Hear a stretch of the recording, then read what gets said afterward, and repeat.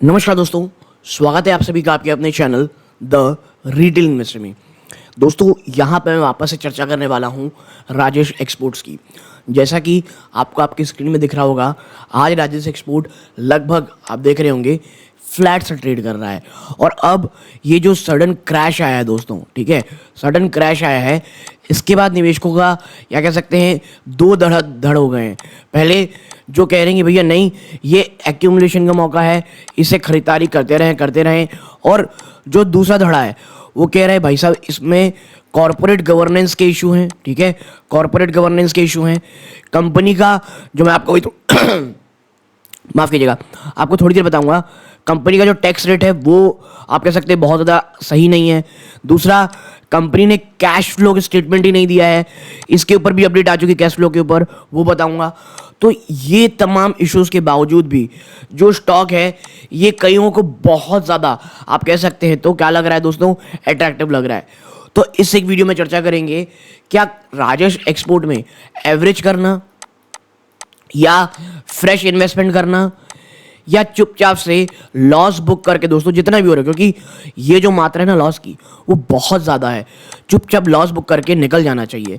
ऐसे तमाम सवालों के जवाब इस एक वीडियो में देने की कोशिश करूंगा दोस्तों।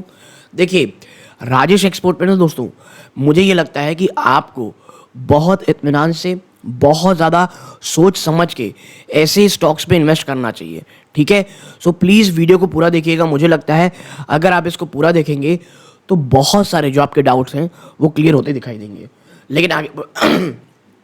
लेकिन आगे बढ़ने से पहले दोस्तों, अगर आप इस चैनल पहली बार आए हैं, प्लीज़ सब्सक्राइब का बटन दबाएं। आप ऐसा करते हैं चैनल की ग्रोथ होती है दोस्तों, बहुत बहुत मोटिवेशन मिलती है। सो प्लीज़ चैनल को सब्सक्राइब करें और ऑल नोटिफिकेशन को ज़रूर दबाइएगा। तो अब सीधा लेके चलते दोस्तों वीडियो के, आप कैसे कहते हैं, वीडियो के सेकंड पार्ट में, जहाँ हम चर्चा करेंगे एक एक चीज़ की। सबसे पहले चलते दोस्तों वापस से और देखते हैं कि पिछले मात्र 5 दिनों में क्या हुआ है। मात्र 5 दिनों में जो स्टॉक एक समय 383 था वो घट करके 9 पर ज़्यादा टूट चुका है। और स्थिति माफ़ कीजिएगा, स्थिति पिछले 6 महीने में तो और ज़्यादा भयावह दिखती है, जब ऊपरी स्तरों से स्टॉक ऑलमोस्ट दोस्तों 6 महीने में ऊपरी स्तरों से 43.78% और एक साल में दोस्तों स्टॉक ऊपरी स्तरों से 946 था, वहाँ से लगभग मोर देन 63% टूट चुका है, ठीक है। और सबसे बड़ी गिरावट दोस्तों जब ये जोन टूटा ना, उसके बाद आई और भयावह हुई। और करेंटली जो स्टॉक है दोस्तों, अब मैं आपको बता दूं, 350 के नीचे ये ट्रेड कर रहा है। कितना? 350 के नीचे ट्रेड कर रहा है। और अगर 350 के नीचे अगर आज ये क्लोजिंग दे देता है दोस्तों, और फिर दोस्तों जो दरवाजे हैं ना वो 330 से लेकर 330 के खुल जाएंगे। और उसके बाद हम सबको पता है स्टॉक शायद अगर इसको तोड़ता है तो एक बार 300 को छूते हुए दिखाई दे सके। और देखिए कोई बहुत बड़ी चीज़ नहीं है, 300 को ये आराम से छू सकता है, ना छुए इसमें कहीं भी मुझे दो राय नहीं दिखती है दोस्तों, ठीक है। तो आखिर ऐसा क्या हो गया? देखिए प्राइमा फेसी यहाँ पे चर्चा कर दूँ, लोगों के दिमाग में जो ज़्यादा डर आ रहा है दोस्तों वो है कॉरपोरेट गवर्नेंस का दोस्तों, ठीक है, कॉरपोरेट गवर्नेंस का। लेकिन जो लोग कॉरपोरेट गवर्नेंस कहते हैं, मुझे ये लगता है कि भाई इस बार के जो Q2 के नंबर्स आए उसके बाद से कोई ऐसा चीज़ें तो नहीं होगी जो पहले नहीं हो रही थी। देखिए राजेश एक्सपोर्ट ने बहुत समय से ना ही कौन यानी कॉन्फ्रेंस कॉल अटेंड किया, इन्वेस्टर्स मीट भी नहीं दी है। कंपनी ने एनुअल रिपोर्ट, अगर आप जाके इनके वेबसाइट में देखेंगे तो जो फाइनेंशियल ईयर 23 की है उसकी एनुअल रिपोर्ट तक सबमिट नहीं है, ठीक है। तो अगर आप इसने इन्वेस्टमेंट के रूप में निवेश किया था तो आपको तो ये खतरे पता थे। तो उसके बाद दोस्तों चीज़ें तो गड़बड़ हुई, तो अचानक से ऐसा तो नहीं हो गया कि राजेश एक्सपोर्ट पहले से बहुत अच्छे कॉर्पोरेट आप कह सकते हैं हाई स्टैंडर्ड प्रोड्यूस कर रहा था और अचानक से गायब हो गया, ठीक है, ऐसा नहीं है। और राजेश एक्सपोर्ट में दोस्तों अगर आप ट्रेड किए हुए थे तो आपने स्टॉप लॉस क्यों नहीं लगाया? आपको स्टॉप लॉस लगा करके चुपचाप से निकल जाना था। क्योंकि आप समझिए एक चीज़, भाई एक ही स्टॉक से इतने प्यार करने की क्या ज़रूरत है? बाजार में बहुत सारे स्टॉक्स हैं जो बहुत अच्छी अच्छी अपॉर्चुनिटी दे रहे हैं, लॉन्ग टर्म इन्वेस्टमेंट की अपॉर्चुनिटी दे रहे हैं, ठीक है, ये चीज़ें हैं। और वो निवेशक जिनको ये लगता है कि भैया ये बहुत अट्रैक्टिव वैल्यूएशन में है, उनके लिए एक सिंपल स्ट्रैटेजी है कि भाई आप अपने पोर्टफोलियो का प्लीज़ 5% से ज़्यादा हिस्सा, और अगर मुझे पर्सनली लगता है कि अगर आप बहुत अल्ट्रा एग्रेसिव हैं तो 7 से 8% ज़्यादा का, रिटेल इन्वेस्टर की चर्चा कर रहा हूँ मैं, 7 से 8% का एक्सपोजर ना लें। क्योंकि मैं हमेशा कहता हूँ आप और मैं उतना ही पढ़ पाएंगे जितना पब्लिक फोरम में आप कह सकते हैं डेटा होगा। उसके अलावा कुछ भी अपने से सोचना कि भाई हम कुछ नया कर सकते हैं, ये बहुत रेयर होता है, और मैं ये सब चीज़ों से कहता हूँ हमेशा हमको दूर रहना चाहिए दोस्तों, ठीक है। और आप देखें वो निवेशक जो कह रहे हैं कि आप फ्रेश इन्वेस्टमेंट कर सकते हैं, तो देखिए मैं आपको बता दूं कि जो कंपनी दोस्तों राजेश एक्सपोर्ट, इन्होंने कैश फ्लो स्टेटमेंट अपने प्रोड्यूस कर दिए हैं। जी हाँ, अगर आप अभी जाएंगे ना इनकी ऑफिशियल वेबसाइट में, बीएसई की वेबसाइट में, और राजेश एक्सपोर्ट सर्च करेंगे तो भाई साहब वहाँ पर इन्होंने कैश फ्लो के साथ अपने जो Q2 के नंबर्स हैं पूरी तरह से रीसबमिट करके सबमिट कर दिए, जो कि एक पॉजिटिव चीज़ है। दूसरा चीज़ दोस्तों जो आपको पता होना चाहिए, कंपनी कह रही है कि भाई हम जो आप कह सकते हैं जो मीडिया रिलीज करते हैं इन्वेस्टर्स के लिए इन्वेस्टर प्रेजेंटेशन, वो भी हम सबमिट करने वाले हैं, ठीक है। और तो ये दोनों तमाम चीज़ें अच्छी हैं, जिस कारण एक बार बीच में ना इस पर बाउंस भी आया था। कब बाउंस आया था आप पिछले 5 दिन में देखेंगे तो ये जो है ना, यहाँ से ये जो बाउंस देखने को मिला था ये वही था दोस्तों, ठीक है।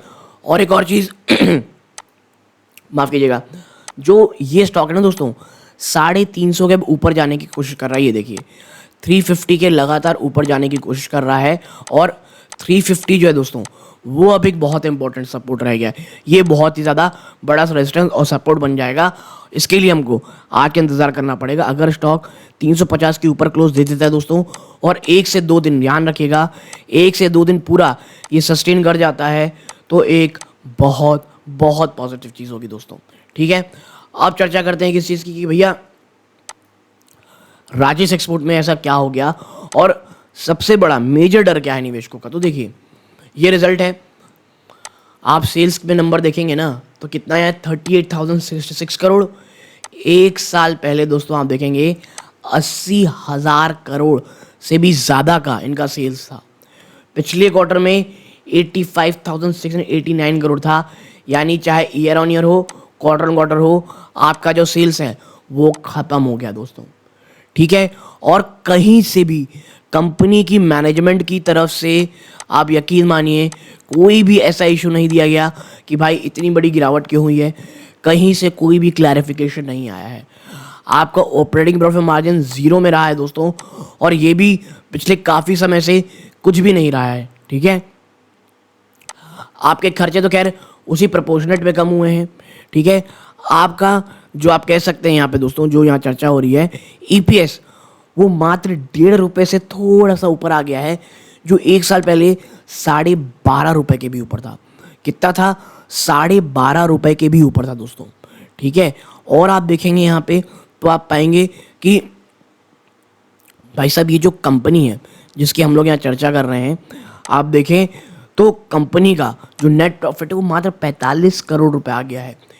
तो भाई इतना जो सडन फॉल है, अब यही लग रहा है कि क्या कंपनी में वाकई में कुछ ऐसे इश्यूज हो गए हैं जिसकी चर्चा कोई नहीं कर रहा, जो कंपनी बता नहीं रही है। और प्लस एक समय में जहाँ मात्र 2, 3, 6, 4 इतने परसेंट के टैक्स हुआ करते टैक्स परसेंटेज, और हर कोई ये कहता था कि भाई इतना कम टैक्स क्यों दे रही है कंपनी, इस बार 14% टैक्स दी है। कितना? 14% टैक्स दी है। तो ये तमाम इश्यूज हैं, कहीं से कोई क्लैरिटी नहीं है। मुझे ये लगता है आप एज अ रिटेल निवेशक इसमें फ्रेश इन्वेस्टमेंट, ठीक है, प्लस एवरेजिंग, या इसको मुझे लगता है अवॉइड करना चाहिए। और अगर कर रहे हैं, जो आप कह सकते हैं इश्यूज हैं, जो प्रॉब्लम्स हैं, वो अपने दिमाग में रखिए कि स्टॉक में कितनी ज़्यादा प्रॉब्लम पिछले काफ़ी समय से रही है और कोई भी चीज़ें नहीं आ रही। और देखिए अगर क्वार्टरली थर्ड के नंबर्स में अगर आपको कहीं से भी इश्यूज देखने को मिलेगा एक बहुत बड़ी गिरावट में, यकीन मानिए स्टॉक से निकलने का फिर आपको मौका नहीं मिलेगा। बाजार में बहुत सारे स्टॉक है दोस्तों जिस पे निवेश करने के बहुत अच्छी अपॉर्चुनिटीज़ हैं।